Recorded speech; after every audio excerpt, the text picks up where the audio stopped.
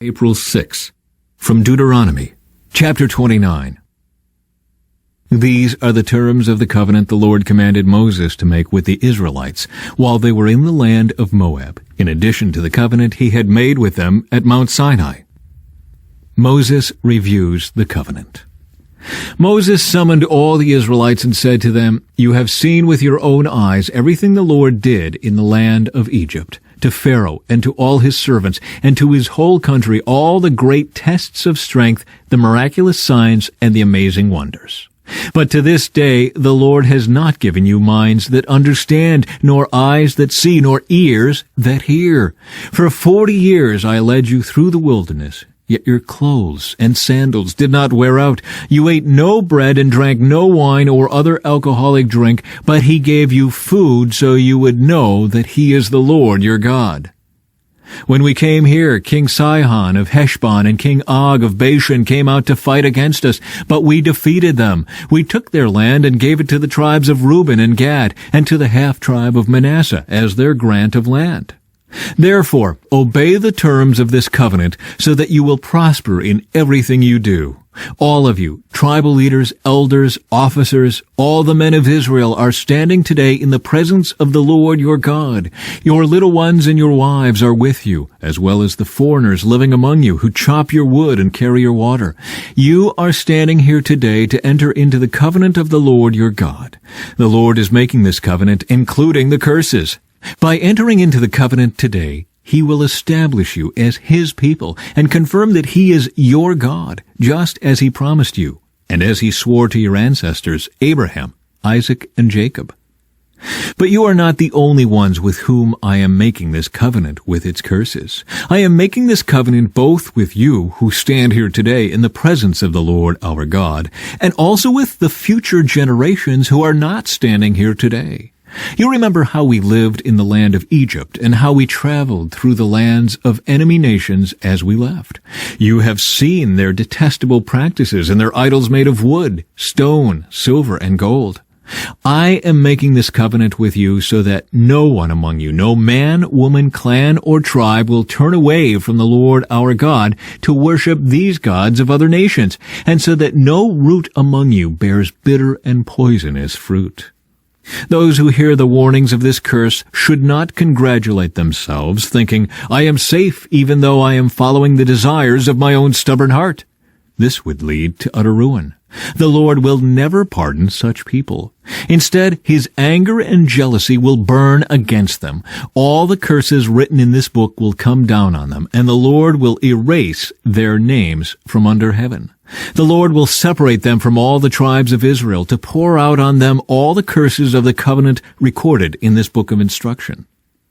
Then the generations to come, both your own descendants and the foreigners who come from distant lands, will see the devastation of the land and the diseases the Lord inflicts on it. They will exclaim, "The whole land is devastated by sulfur and salt. It is a wasteland with nothing planted and nothing growing, not even a blade of grass. It is like the cities of Sodom and Gomorrah, Admah and Zeboim, which the Lord destroyed in his intense anger." And all the surrounding nations will ask, "Why has the Lord done this to this land? Why was he so angry?" And the answer will be, "This happened because the people of the land abandoned the covenant that the Lord, the God of their ancestors, made with them when he brought them out of the land of Egypt. Instead, they turned away to serve and worship gods they had not known before, gods that were not from the Lord. That is why the Lord's anger has burned against this land, bringing down on it every curse recorded in this book. In great anger and fury the Lord uprooted his people from their land and banished them to another land, where they still live today. The Lord our God has secrets known to no one. We are not accountable for them, but we and our children are accountable forever for all that he has revealed to us, so that we may obey all the terms of these instructions. In the future, when you experience all these blessings and curses I have listed for you, and when you are living among the nations to which the Lord your God has exiled you, take to heart all these instructions. If at that time you and your children return to the Lord your God, and if you obey with all your heart and all your soul all the commands I have given you today, then the Lord your God will restore your fortunes. He will have mercy on you and gather you back from all the nations where he has scattered you. Even though you are banished to the ends of the earth, the Lord your God will gather you from there and bring you back again. The Lord your God will return you to the land that belonged to your ancestors, and you will possess that land again. Then he will make you even more prosperous and numerous than your ancestors. The Lord your God will change your heart and the hearts of all your descendants, so that you will love him with all your heart and soul, and so you may live. The Lord your God will inflict all these curses on your enemies and on those who hate and persecute you. Then you will again obey the Lord and keep all his commands that I am giving you today. The Lord your God will then make you successful in everything you do. He will give you many children and numerous livestock, and he will cause your fields to produce abundant harvests. For the Lord will again delight in being good to you, as he was to your ancestors. The Lord your God will delight in you if you obey his voice and keep the commands and decrees written in this book of instruction, and if you turn to the Lord your God with all your heart and soul. The choice of life or death. This command I am giving you today is not too difficult for you to understand, and it is not beyond your reach. It is not kept in heaven, so distant that you must ask, who will go up to heaven and bring it down so we can hear it and obey?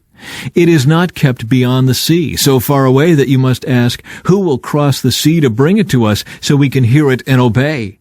No, the message is very close at hand. It is on your lips and in your heart so that you can obey it. Now listen, today I am giving you a choice between life and death, between prosperity and disaster. For I command you this day to love the Lord your God and to keep his commands, decrees, and regulations by walking in his ways. If you do this, you will live and multiply, and the Lord your God will bless you in the land you are about to enter and occupy. But if your heart turns away and you refuse to listen, and if you are drawn away to serve and worship other gods, then I warn you now that you will certainly be destroyed. You will not live a long, good life in the land you are crossing the Jordan to occupy. Today, I have given you the choice between life and death, between blessings and curses. Now I call on heaven and earth to witness the choice you make. Oh, that you would choose life, so that you and your descendants might live. You can make this choice by loving the Lord your God, obeying him, and committing yourself firmly to him. This is the key to your life. And if you love and obey the Lord, you will live long in the land the Lord swore to give your ancestors, Abraham, Isaac, and Jacob. From Luke. As Jesus was speaking, one of the Pharisees invited him home for a meal. So he went in and took his place at the table. His host was amazed to see that he sat down to eat without first performing the hand-washing ceremony required by Jewish custom. Then the Lord said to him, "You Pharisees are so careful to clean the outside of the cup and the dish, but inside you are filthy, full of greed and wickedness. Fools, didn't God make the inside as well as the outside? So clean the inside by giving gifts to the poor, and you will be clean all over.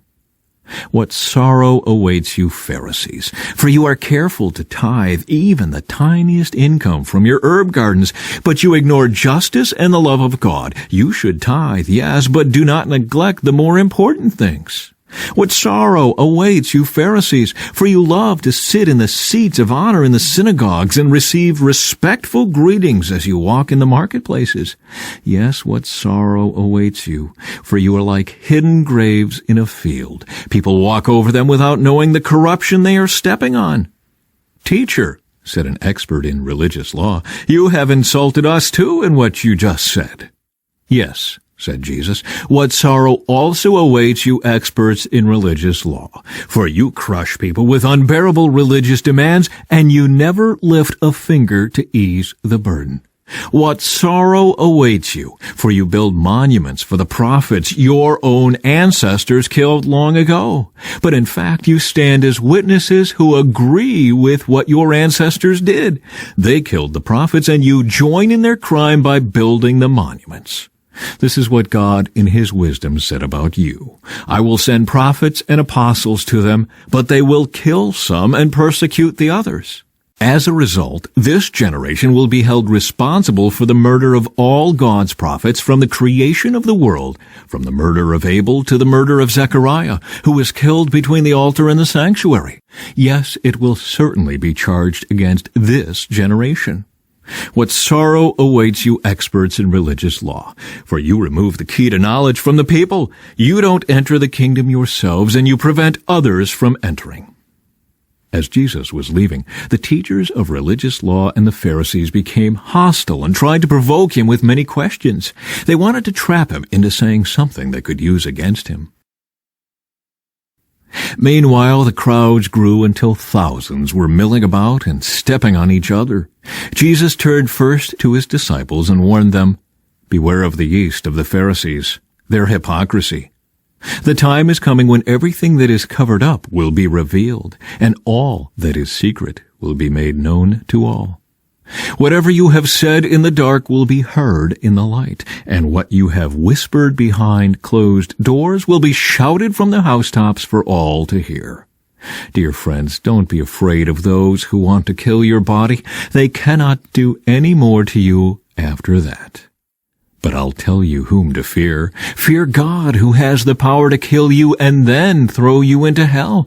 Yes, he's the one to fear. What is the price of 5 sparrows? 2 copper coins? Yet God does not forget a single one of them, and the very hairs on your head are all numbered. So don't be afraid. You are more valuable to God than a whole flock of sparrows.